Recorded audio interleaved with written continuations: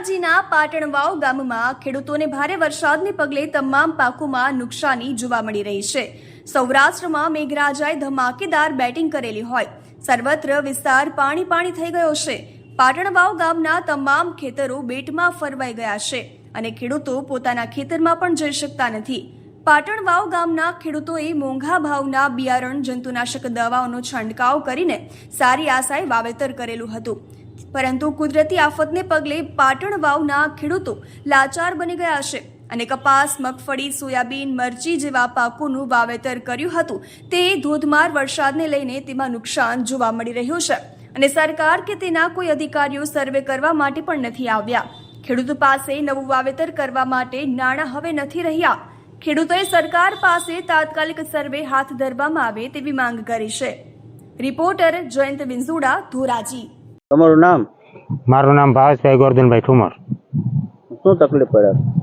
હા, અમારે પાણી ઉપરથી પાણી આવતા અમારું આખું ખેતર વયું ગયું છે। 15 વીઘાનો કપા હતો, એમાંથી સંપૂર્ણ ખેતર પાણીમાં ગરકાવ થઈને વયું ગયું બધું। વીઘે 2-3 હજારનો ખર્ચો થઈ ગયેલો હતો, કપા ઉજરી ગયો હતો અને ઉપરથી પાણી આવ્યું એમાં બધું વયું ગયું અને જમીન બધી ફેલ થઈ ગઈ। તમે શું માંગણી છે? આનું અમને પૂરતું વળતર સરકારમાંથી તાત્કાલિક મળે અને અમે પાછું અમારું જીવન ધોરણ આગળ રાખીએ એવું વળતર મળવું જોઈએ। ઉપરથી પાણી આવતા બધાય ખેડૂતોને નુકસાન થયેલ છે। નાના ખેડૂતને જમીન હાવ પૂરી થઈ ગઈ છે। ઉપરથી આવતા દરેક આમ ટેટ બધાય ખેતરોને નુકસાન થઈ ગયેલું છે અને કાંઈ વાવવા લાયક રહ્યા નથી અને આમાં હેઠે પાકો પથ્થર આવી ગયો અને હાવ ઓકરા દેખાઈ ગયા છે। મારું નામ કેવલ કાંતિભાઈ પેથાણી, હું પાટણનો રહેવાસી છું। હું એક ખેડૂતનો દીકરો હોવાને માધ્યમથી તમને કહું છું કે અમારે અત્યારે કોઈ બી ખેતરોમાં જઈ શકાય એવી પોઝિશન છે નહીં। બધા રોડ રસ્તા ધોવાઈ ગયા છે। ત્યાં ટ્રેક્ટર, કોઈ ગાડું બળદ કે કોઈ મજૂર જઈ શકે એવી પરિસ્થિતિ છે નહીં। અમે પણ ખેતરે જઈએ છીએ તો એક ખેતરમાંથી બીજા ખેતરમાં, બીજા ખેતરમાંથી ત્રીજા ખેતરમાં વાવેતરવાળા વિસ્તારોમાંથી અમે આડાઅવડા ટપીને જઈએ છીએ, બરાબર। સરકારશ્રીને એવી અમારી વિનંતી છે કે અમને સહાય તાત્કાલિકના ધોરણે આપે તો અમે અમારા રોડ રસ્તા રિપેર કરીએ અને અમે અમારું સાધન પુગાડીએ। અત્યારે અતિ વરસાદના હિસાબે કપાસ, મગફળી, મરચી એનું બધું વાવેતર છે। અમારા ગામની અંદર એમ આશરે 10-15 હજાર વીઘાનું વાવેતર છે। એમાંથી 80% વાવેતર ફેલ ગયું છે। 80% વાવેતર વરસાદના હિસાબે ફેલ ગયું છે। રોડ રસ્તા બધા ધોવાઈ ગયા છે।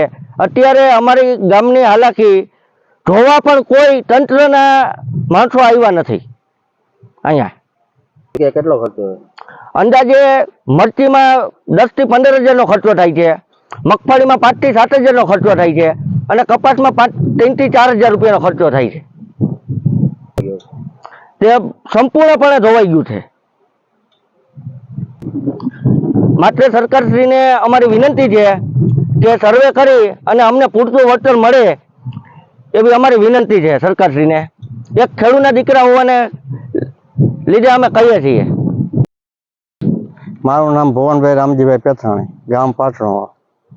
અત્યારે અમારે વરસાદની જે નુકસાની છે એ રસ્તા બંધ છે, કોઈ જાતની આવવા જવામાં તકલીફ પડે છે, એ તાત્કાલિક રિપેર કરો। અમે અમારી એટલી બધી મહેનત કરી છે કે જે નુકસાની ભરપાઈ થઈ શકે એમ નથી।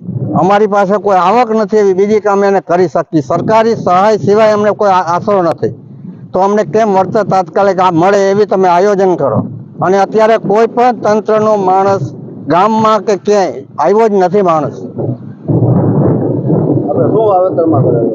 મગફળી, કપાસ અને મરચી અને એટલું બધું વાવેતર છે, 80% વાવેતર ફેલ ગયું છે અને એ પાછું વાવેતર નવેસરથી થઈ શકે એમ નથી। તાત્કાલિક સર્વે કરી અને એની સહાય મળે તો જ અમને મળે એમ છે।